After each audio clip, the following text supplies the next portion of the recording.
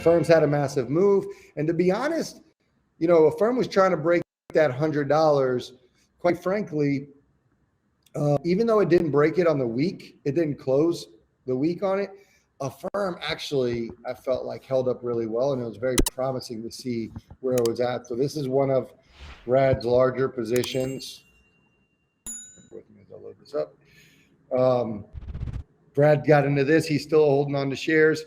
Let's look at the chart of Affirm. Look at this move up. So if you guys have been living under a rock, Affirm announced a partnership with Amazon with basically any transaction over $50. You have the option to use Affirm for buy now, pay later and set it up into installments. Awesome news. We talked about Affirm and really about, for some time now, they've been over leveraged in Peloton. So Peloton put them on the map, and that's great. But the problem became that too much of their revenue was derived from Peloton.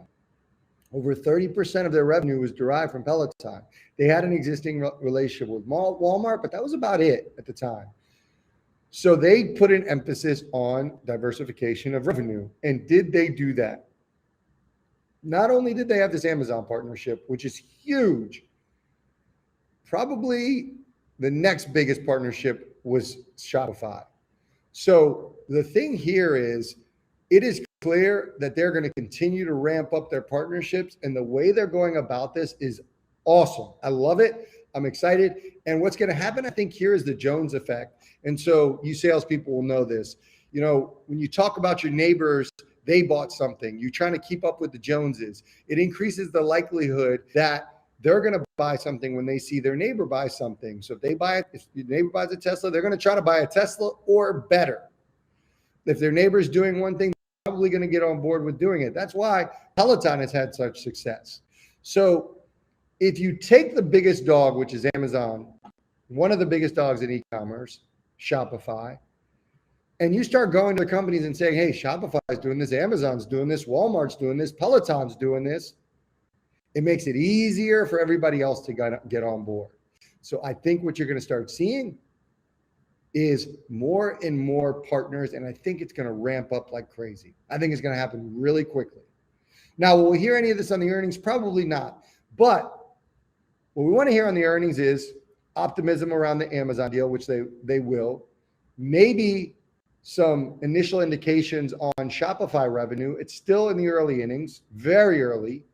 But do we have a gauge on Shopify revenue? Increased guidance. All these things should bode real well for Affirm. Now, should you be afraid of a pullback, a sell-off? Maybe, for sure. I mean, you see this gap up, guys. It's sitting, this level here, $90. Got to stay above 90 for me. Got to stay above 90.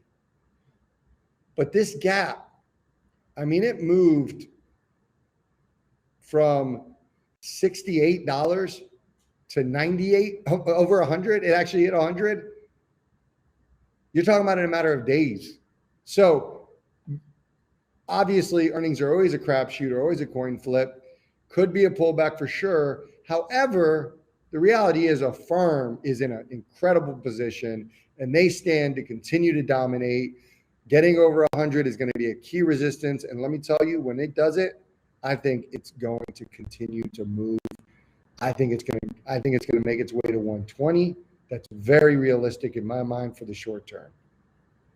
That's what I believe. When I say short term, the next 3 months.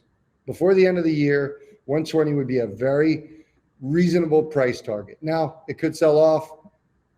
Fair, but we'll see what happens. Affirm, certainly keep an eye on. So guys, remember this week, Wednesday, GameStop after hours should be a good earnings reaction. Should be an interesting earnings reaction, one to watch. But Affirm on Thursday. Fred Valoy will be here as well. We'll be watching. We'll keep an eye on it. More to come.